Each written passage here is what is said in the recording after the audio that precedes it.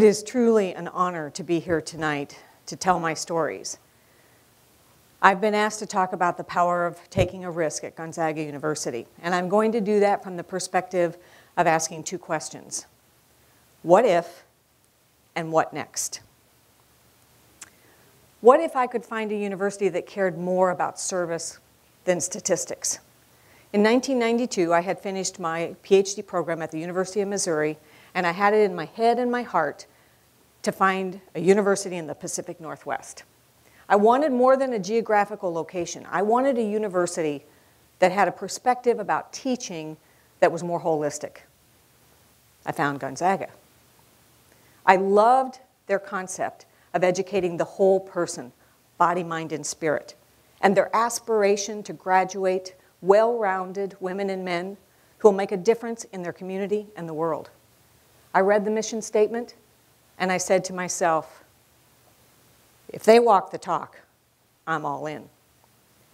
Gonzaga's students come to Gonzaga because they want to make a difference, and they believe that they can make a difference. I love hearing them talk about their service learning projects, Mission Possible for spring break, instead of weekend parties or trips to the beach. They talk about the service-oriented clubs that they're involved in that work with the underserved. And it delights me when I hear them talk about finding a deeper meaning of self and God through searches and retreats. Now, the students that I work with are all in the teacher preparation program. They aspire to be teachers. And they come with their hearts and their heads filled with passion and commitment to be that one person in a child's life that makes a difference, that helps that child reach their full potential, have a strong self-esteem, take their skills and talents, and serve others. They embrace the concept of dignity of the human person, social justice, diversity, and serving the underserved, the marginal, and the poor. As a professor at Gonzaga, it's my responsibility to find opportunities for them to engage in these concepts. All I have to do is ask, what if? What if Gonzaga students could serve low socioeconomic students in the schools who are struggling due to lack of resources, professional, personal issues, academic success, language barriers? Well, in 2003, the School of Education created the Saturday Literacy Tutoring Program, where local area children come to Gonzaga and work with a Gonzaga student one-on-one to receive tutoring in literacy. The teacher education department hires 2 teachers from the district to work with these children to create the instructional packets, which are individualized educational packets for each child. The tutors follow the instructions, journal the child's success, and then the directors respond to that and create the instructional materials for the next. The students that come to us are recommended by their principal or their teacher because they come from low-income families and they're 1 or 2 years below in school, and or English is not their primary language. They come on Saturdays from 10 to 12, and they receive the tutoring service. At the end of the semester, we have a celebration to honor their published works. We invite the families, we have a party, and we celebrate the authors. Afterwards, the children are able to select 2 books that they can take home to be their very own. One Saturday, not too long ago, we had a refugee family that came with 5 children. And when I knelt down to talk to the youngest child, he whispered in my ear, "Is there food?" Something as simple to you and me as a snack is so significant to a child to be prepared to learn. We know from research that if first-hour needs, basic needs are not met, that learning is critically impaired. Thanks to the Gonzaga Honor Society, Kappa Delta Pi, Educational Honor Society, we are able to provide snacks for the children every Saturday through their fundraising. I asked these children what they like best about Saturday literacy tutoring, and they all say the same thing. They love their amazing tutors who make them smart in school. We make sure that they tour the campus, they feel good about themselves, we have trusting relationships that have been built, and a vision for the future. They are Zags, we call them Zags, and they're proud to be Zags. And they know that one day they can go to college. These children improve in their literacy skills, but that carries over into other subjects. I had a very grateful father come up to me one Saturday and say, "My son is at grade level in all subjects for the first time in his life. Thank you." I want to show you what this looks like.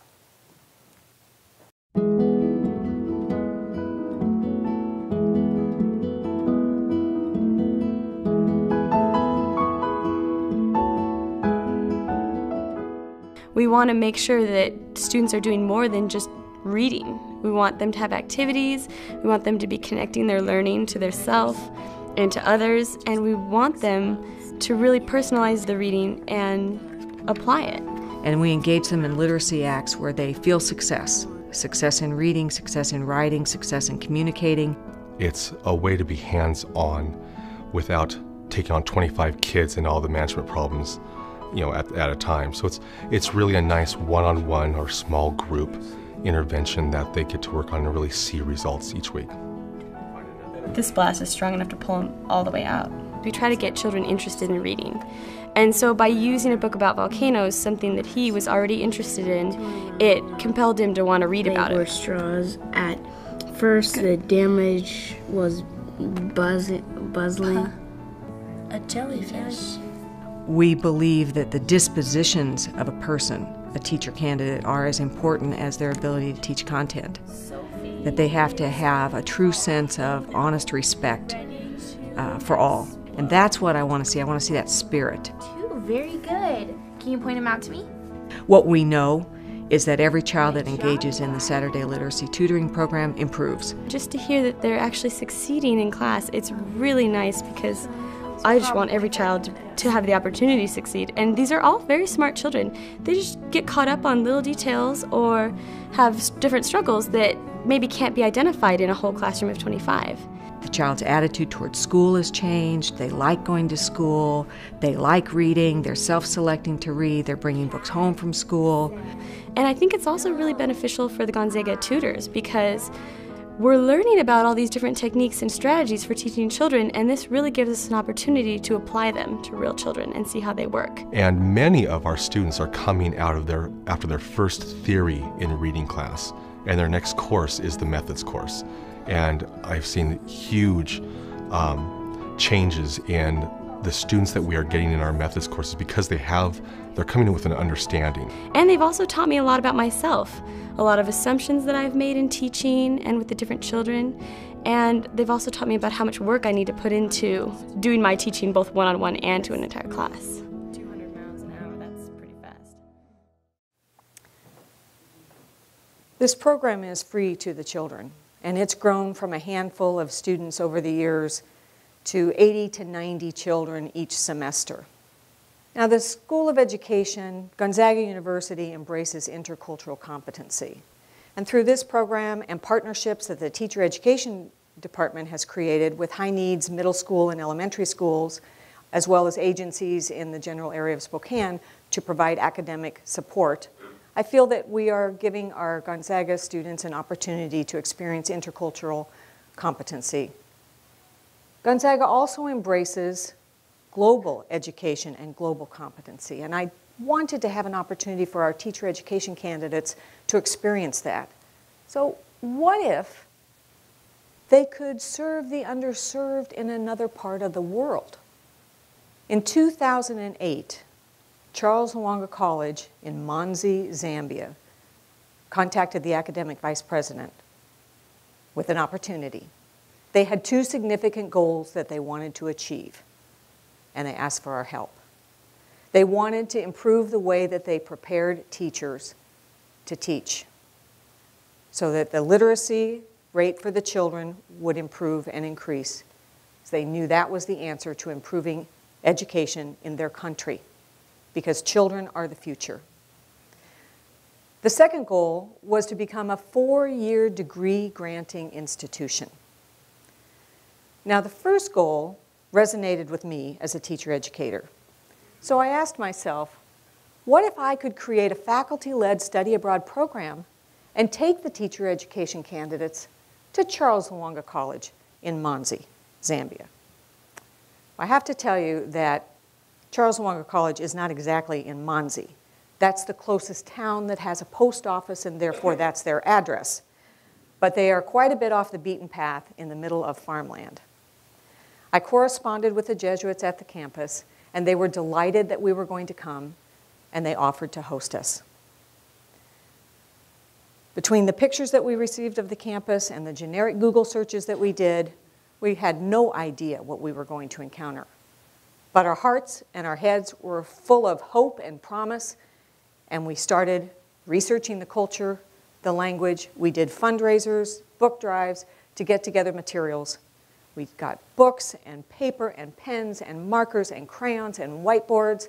We packed them in our suitcases. We shipped what we could, and we were ready to go.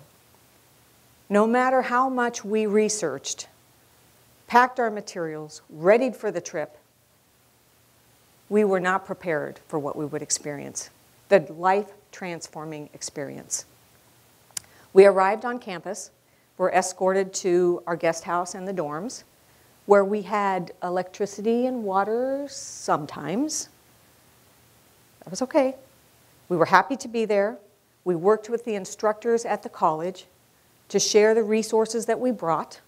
We created the Gonzaga Literacy Library within the library on Charles Lwanga College with materials that we brought for the instructors to use preparing their college students, for the college students to use in their teaching of the young children. We worked with the college students to help them understand the strategies that we were bringing to them and how to use the resources. And we went into the village schools and we modeled these instructional strategies and the ways to use these resources to the teachers there. And to take it even deeper, we worked together co-teaching with these teachers so they would have a hand-on experience and not only know what to do, but why to do it. We had art materials, resources for the children that they'd never had before. Putting paper and crayons in front of these children was an amazing experience. They loved it. We created an after-school literacy tutoring program fashioned exactly after our Saturday literacy tutoring program at Gonzaga. We worked with the tutors to help them understand those instructional strategies, how to use those resources and materials. We were ready. All we needed were kids. 250 children from the villages came to campus that day with their teachers. They were excited. Their enthusiasm was overwhelming. But we were ready. The college students were prepared to tutor these young children inside the assembly hall, outside under the trees. They were all over the campus. While the tutoring was taking place, my students and I went around, offered support, gave more materials, encouraged them, laughed, smiled, delighted in their successes. And after we were through that first day, the children came back to campus and they asked, "Can I have that book again? Can I have some paper and pencil to practice what my tutor taught me?" It's amazing the experience that we had. In fact, one of my students said to me, "You know, Deborah, I thought we were going to go to Charles Lwanga College. We were going to transform teaching and learning, and it was going to be great." But he said, I was the one that was transformed. He said to me, "I couldn't believe how happy and excited and eager those children were. They were delighted that they got to go to school." He said they didn't look at what they didn't have. They didn't look at the fact that they only get to go to school 3 hours a day because there are too many children, not enough teachers, and not enough building space. They didn't look at the fact that there were 50 or 60 kids in the classroom and they didn't have a place to sit most of the time, or that there were no books or bookcases or chalkboards or chalk or paper or pens or pencils or playground equipment. They were thrilled that they got to go to school, that they could learn, they could be smart, and they could have a good life. It was very touching and transforming to all of us. We have lifelong relationships that we have created with them. The program continued for about 5 years, self-sustaining. We continued to go back. The tutoring program was strong. The teaching methods and the resources, we continued to supply the resources. Everything was going well, but there were still challenges. There was that second goal. Now, Charles Luanga College is a 2-year degree-bearing institute, 2-year certification institution only. They wanted to be a 4-year degree-bearing institution. The only one around that could do that was the University of Zambia in Lusaka, which was the big major city many, many, many miles away. If Charles Luanga College could be a 4-year degree-bearing institution, teacher certification institution, they would be one of a kind in the area. To do this, the instructors had to all have a master's degree, which was true for only 3 of them. What if we could help Charles Luanga become a 4-year degree-bearing institution? What if we could provide a master's degree for all 25 instructors at Charles Luanga College? My colleagues and I in the School of Education, along with the support of the president, the academic vice president, and the dean, worked to put together a master's degree program, taking courses from 2 existing master's programs in the School of Ed. We all committed to going to Zambia to teach 1 or more courses throughout the scope of the program, created the scope and sequence, put it all together, got the approval from the administration, and we started the program actually in 2012 when my colleague and I took a group of students over to do a faculty-led study abroad program. We held classes at night for the instructors. After that, my colleagues and I took turns once a month to travel to Zambia to work with the teachers to teach the courses, followed up with online instruction through tutorials and modules, which is very problematic due to inconsistent electricity and very small bandwidth. But we did it. We persevered. And then in the summer of 2013, all 25 Zambians came to Spokane to take courses on Gonzaga's campus. Now, many of these people have never been outside of Manzi, let alone Africa. It was a dream come true. And when they were here, they said to me, Kennedy Apartments is 5-star accommodation. Dining in the Bark is fine dining. And the fact that they could get on the bus right outside of Kennedy Apartments, straight shot to Walmart and back, they were in heaven. But we worked hard.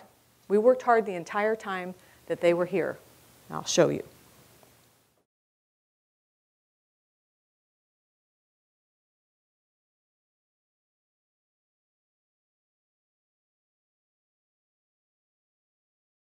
Right now, when you look at the number of people that have come here to train, people who in a short while will be granted to have this master's, it is a huge human resource achievement. 25 at a go. It is really great, and the government itself, they know about this. It has been communicated, everyone is aware, and everyone is just saying, it's a miracle. There's a miracle at Charles Luanga. There's a miracle at Gonzaga. It is very exciting. Yes, they did have a good time. And when we were through with the coursework, we made sure that they experienced our culture. President McCullough hosted a Coeur d'Alene boat cruise. And then John Rudolph, a great supporter of Gonzaga University, invited us all to Hayden Lake, to his lake house, where we had adventures that they could never, ever have imagined. Beatrice was not about to get in that water because she was afraid of hippos.